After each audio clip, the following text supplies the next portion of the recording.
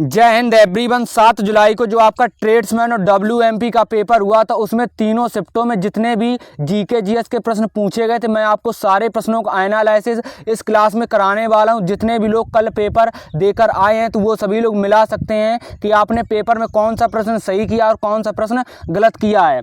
तो सबसे पहली शिफ्ट में जो आपका प्रश्न पूछा गया था वो पूछा गया था कि कोणार्क का सूर्य मंदिर किस देवता के लिए प्रसिद्ध है। तो ये आप लोगों का सूर्य देवता के लिए प्रसिद्ध है, आप लोग अच्छे तरीके से याद रखेंगे। उसके बाद आपके पेपर में नेक्स्ट प्रश्न पूछा गया था नीति निर्देशक तत्व कहाँ से लिए गए हैं। तो ये आप लोगों के आयरलैंड के संविधान से लिए गए हैं, आप लोग अच्छे तरीके से याद रखेंगे। जो आपके नीति निर्देशक तत्व हैं ये आप लोगों के आयरलैंड के संविधान से लिए गए हैं। उसके बाद नेक्स्ट आपके पेपर में जो प्रश्न पूछा गया था वो पूछा गया था अनुच्छेद 48 का संबंध किससे है। तो अनुच्छेद आपका जो 48 है उसमें कृषि और पशुपालन उत्पादन से संबंधित है, आप लोग अच्छे तरीके से याद रखेंगे। ये आपके सबसे पहले जो पहली शिफ्ट हुई थी 7 जुलाई को उसमें प्रश्न पूछे गए थे। उसके बाद नेक्स्ट आपके पेपर में जो प्रश्न पूछे गए थे वो पूछा गया था 2011 की जनगणना के अनुसार शहरी जनसंख्या का प्रतिशत कितना था। तो आप लोग याद रखेंगे 2011 की जनगणना के अनुसार जो आपकी शहरी जनसंख्या है इसका जो आपका प्रतिशत था वो आप लोगों का 31.16% था। तो आप लोग अच्छे तरीके से याद रखेंगे। उसके बाद नेक्स्ट आपके पेपर में जो प्रश्न पूछा गया था वो पूछा गया था कि वायुसेना का आदर्श वाक्य क्या है। तो वायुसेना का आदर्श वाक्य ये आप लोगों को लगभग हर शिफ्ट में ही प्रश्न पूछा गया था, मतलब सभी सेनाओं के आदर्श वाक्य से आप लोगों को प्रश्न देखने को मिल रहे हैं। तो इसके ऊपर मैंने अलग से एक क्लास कराई थी, तो आप लोगों को ऐसा नहीं कि क्लास से बाहर प्रश्न देखने को मिल रहे हैं। अभी तक जितने भी प्रश्न मैं आपको करा चुका हूँ ये सारे प्रश्न मैं अपनी क्लासों में करा चुका हूँ। जितने भी लोगों ने हमारे चैनल से अच्छे तरीके से पढ़ाई की होगी और सारी चीज़ें अच्छे से याद की होंगी तो वो लोग जीके जीएस में बहुत अच्छा स्कोर कर आ रहे हैं। उसके बाद आपको याद रखना है जो आपका भारतीय वायुसेना का जो आदर्श वाक्य है वो आपका नव्यम स्पर्श दीप्तम है। तो आप लोग अच्छे तरीके से याद रखेंगे। गौरव के साथ आकाश छूना इसका हिंदी में अर्थ होता है, आप लोग अच्छे तरीके से याद रखेंगे।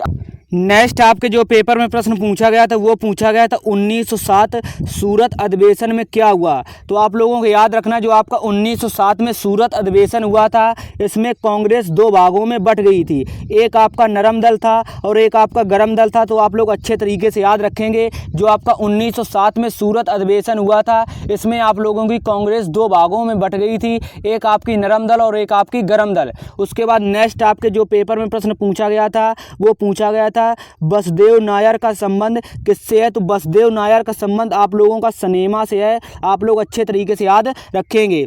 नेक्स्ट आपके जो पेपर में प्रश्न पूछा गया था चाल का एसआई मात्रक क्या है। तो चाल का एसआई मात्रक मीटर प्रति सेकंड है, आप लोग अच्छे तरीके से याद रखेंगे। ये आप लोगों के पहली शिफ्ट में प्रश्न पूछे गए थे तो आप लोग अच्छे तरीके से याद रखेंगे। जो आप लोगों की पहली शिफ्ट हुई थी उसमें आप लोगों के प्रश्न पूछे गए थे। यहाँ से आप लोगों के सेकंड शिफ्ट के प्रश्न शुरू हो रहे हैं तो आप लोग अच्छे तरीके से देख लेना कि आपके कौन से प्रश्न सही हैं और कौन से प्रश्न आपके गलत हैं। जितने भी मुझे प्रश्न मिल पाए हैं हमारे सब्सक्राइबर के द्वारा उतने ही मैंने प्रश्नों को लिया है। ये सारे ओरिजिनल प्रश्न ये आपके पेपर में 100% प्रश्न पूछे जा चुके हैं। उसके बाद आपके पेपर में जो सेकंड शिफ्ट में पहला प्रश्न पूछा गया था वो पूछा गया था जनवरी 2025 में ब्रिक्स में कौन सा देश शामिल हुआ। तो आप लोग याद रखेंगे जनवरी 2025 में जो आपका ब्रिक्स में देश शामिल हुआ ये आप लोगों का इंडोनेशिया देश शामिल हुआ था। तो आप लोग अच्छे तरीके से याद रखेंगे। कितने लोगों ने ये प्रश्न सही किया क्योंकि ये आप लोगों का इम्पोर्टेंट प्रश्न है और थोड़ा सा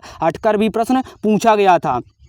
नेक्स्ट आपके जो पेपर में सेकंड शिफ्ट में प्रश्न पूछा गया था वो पूछा गया था 1857 की क्रांति में महत्वपूर्ण भूमिका किसने निभाई थी। तो आप लोग याद रखेंगे ये आप लोगों का थोड़ा ऑप्शन के हिसाब से होगा लेकिन आप लोगों का जो ये इसका सही जवाब था वो आप लोगों का उत्तर भारत था। तो आप लोग अच्छे तरीके से याद रखेंगे 1857 की क्रांति में महत्वपूर्ण भूमिका किसने निभाई थी। तो ये आप लोगों का उत्तरी भारत ने निभाई थी, आप लोग अच्छे तरीके से याद रखेंगे। कितने लोगों ने ये प्रश्न सही किया आप लोग कमेंट करके जरूर बताना। नेक्स्ट आपके जो पेपर में प्रश्न पूछा गया था नीति निर्देशक तत्व किस भाग में है। तो आप लोग याद रखेंगे नीति निर्देशक तत्व भाग 11 में है। उसके बाद आपके पेपर में जो नेक्स्ट प्रश्न पूछा गया था वो पूछा गया था भारतीय वायुसेना की स्थापना कब हुई थी? तो भारतीय वायुसेना की जो आपकी स्थापना हुई थी 8 अक्टूबर 1932 को हुई थी। मतलब आप लोगों के पेपर में इस टाइप से प्रश्न पूछा गया था, जो आप लोगों की इंडियन एयरफोर्स है इसकी स्थापना कब हुई थी? तो आप लोग याद रखेंगे इसकी स्थापना 8 अक्टूबर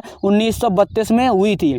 उसके बाद आपके पेपर में जो नेक्स्ट प्रश्न पूछा गया था वो पूछा गया था पल्लव राजवंश का उदय स्थान। तो आप लोग याद रखेंगे ये आपका कांचीपुरम है। उसके बाद आप लोगों के पेपर में बिल्कुल ऐसे ही प्रश्न पूछे गए, ज़्यादा हार्ड लेवल का प्रश्न नहीं पूछा गया। जितने भी लोगों ने सारी क्लासें बहुत अच्छे तरीके से कंप्लीट की थी तो वो लोग पेपर में बहुत अच्छा स्कोर कर आए हैं, क्योंकि आपके पेपर में ज़्यादा जीके टफ नहीं पूछे जा रहे। सिर्फ आप लोगों की जीएस का लेवल थोड़ा सा हाई पूछा जा रहा है, लेकिन आपकी जीके बहुत अच्छी पूछी जा रही है। जितने भी लोगों ने बहुत अच्छे तरीके से पढ़ाई की होगी तो वो लोग पेपर में एक अच्छा स्कोर जरूर कर आएंगे। फिर आपकी जो मैथ और रीजनिंग है वो तो बिल्कुल नॉर्मली पूछी जा रही है, उसको आप लोग बहुत आराम से 13-14 कर लोगे 15 में से। और मैथ जो आपकी रीजनिंग है 5 में से 4-4 और 5-5 बिल्कुल आराम से कर दे रहे हैं सभी लोग। तो आप लोगों की जो मतलब मेन पॉइंट बनता है कि सभी लोग जो जीके जीएस में फंस रहे थे, आप लोगों ने अगर अच्छे तरीके से पढ़ाई की होगी तो आप लोग जीके में बहुत अच्छा स्कोर कर आए होंगे, तो आप लोगों का पेपर 100% निकल जाएगा। उसके बाद आपके पेपर में जो नेक्स्ट प्रश्न पूछा गया था वो पूछा गया था भारतीय नौसेना का आधार क्या है? आधार केंद्र कहाँ पर है? तो आप लोग याद रखेंगे जो आपका भारतीय नौसेना का आधार केंद्र है ये आप लोगों का केरल में है। उसके बाद आपके पेपर में जो नेक्स्ट प्रश्न पूछा गया था वो पूछा गया था हिंदू बौद्ध धर्म और जैन धर्म का संग्रहालय कहाँ है? तो हिंदू बौद्ध धर्म और जैन धर्म का जो आपका संग्रहालय है ये आप लोगों का एरोला की गुफाएं आप लोग अच्छे तरीके से याद रखेंगे। नेक्स्ट आपके जो पेपर में प्रश्न पूछा गया था वो पूछा गया था 1857 की क्रांति का दूसरा नाम क्या है? तो 1857 की क्रांति का जो दूसरा नाम था वो आप लोगों का प्रथम स्वतंत्रता संग्राम था, तो आप लोग अच्छे तरीके से याद रखेंगे। उसके बाद नेक्स्ट आपके जो पेपर में प्रश्न पूछा गया था सेकेंड शिफ्ट में वो पूछा गया था कि मौलिक कर्तव्य किस अनुच्छेद में है? तो मौलिक कर्तव्य अब आप लोगों के अनुच्छेद 51 कामे हैं, आप लोगों को अच्छे तरीके से याद रखना है। नेक्स्ट आपके जो पेपर में प्रश्न पूछे गए थे अभी यहाँ से आप लोगों के जो प्रश्न चालू हो गए हैं। अब ये आप लोगों के जो WMP का थर्ड शिफ्ट मतलब आप लोगों का तीसरी शिफ्ट में जो आपका पेपर हुआ था वहाँ पर ये सारे प्रश्न पूछे गए। जो आप लोगों का तीसरी शिफ्ट में पेपर हुआ था अब यहाँ से आप लोग मिला सकते हैं कि आप लोगों ने कौन से प्रश्न सही किए थे और कौन से प्रश्न गलत किए थे। अगर आप लोगों का तीसरी शिफ्ट में WMP का पेपर था तो आप लोगों को जो प्रश्न पूछे गए थे वो पूछा गया था स्वराज हमारा जन्म सिद्ध अधिकार है। कितना सरल प्रश्न है और आप लोग अच्छे तरीके से इस प्रश्न का राइट आंसर कर आए होंगे कि स्वराज हमारा जन्म सिद्ध अधिकार है। यह नारा किसका था? तो यह नारा बाल गंगाधर तिलक का था। अपने क्लास में बहुत अच्छे तरीके से हमने कराए हैं सारी चीज़ें। तो जितने भी लोगों ने बहुत अच्छे तरीके से पढ़ाई की होगी हमारे YouTube चैनल से, तो उन लोगों ने मतलब मैं ये नहीं कहता हूँ 15 में से 15 किए होंगे, लेकिन उन्होंने 15 में से लगभग 8 से 9 प्रश्न बिल्कुल आराम से बना दिए होंगे, क्योंकि आप लोगों की जो जीके है वो अच्छी लेवल की पूछी जा रही है। सिर्फ आपकी जीएस में थोड़ा हार्ड लेवल पूछा जा रहा है, लेकिन आप लोगों की जीएस में भी अच्छे प्रश्न देखने को मिलेंगे। हमारी क्लासें हमने बहुत सारी क्लासें आपको जीके जीएस की कराई थी। उसके बाद आपके पेपर में जो नेक्स्ट प्रश्न पूछा गया था वो पूछा गया था संघ लोक सेवा आयोग किस भाग में है? तो आप लोग याद रखेंगे जो आपका संघ लोक सेवा आयोग है ये आप लोगों का भाग 14 में है। तो आपसे भाग ही पूछा गया था, लेकिन आप लोग अनुच्छेद भी इसका याद रखेंगे। अनुच्छेद 315 से अनुच्छेद 323 तक के बीच में तो आप लोग अच्छे तरीके से याद रखेंगे। नेक्स्ट आपके जो पेपर में प्रश्न पूछा गया था भारतीय थल सेना दिवस कब मनाया जाता है? तो भारतीय थल सेना दिवस आप लोगों का हर वर्ष 15 जनवरी को मनाया जाता है। आप लोग अच्छे तरीके से याद रखेंगे। इससे भी सरल प्रश्न और आपके पेपर में क्या ही पूछे जाएंगे, मतलब बिल्कुल ही आपके पेपर में सरल ही प्रश्न देखने को मिल रहे हैं। तो भारतीय थल सेना दिवस आप लोगों को 15 जनवरी को मनाया जाता है। इंडियन आर्मी डे आप लोग अच्छे तरीके से याद रखेंगे। नेक्स्ट आपके जो पेपर में प्रश्न पूछा गया था वायुमंडल में नाइट्रोजन की मात्रा कितनी है? तो वायुमंडल में नाइट्रोजन गैस की मात्रा कितनी है? तो ये आप लोगों की 78% है। आप लोग खुद देख पा रहे होंगे कितने सरल सरल प्रश्न पूछे जा चुके हैं आपके पेपर में। बस आपको ज़रूरत थी इन सभी चीज़ों को बहुत अच्छे तरीके से याद करने की।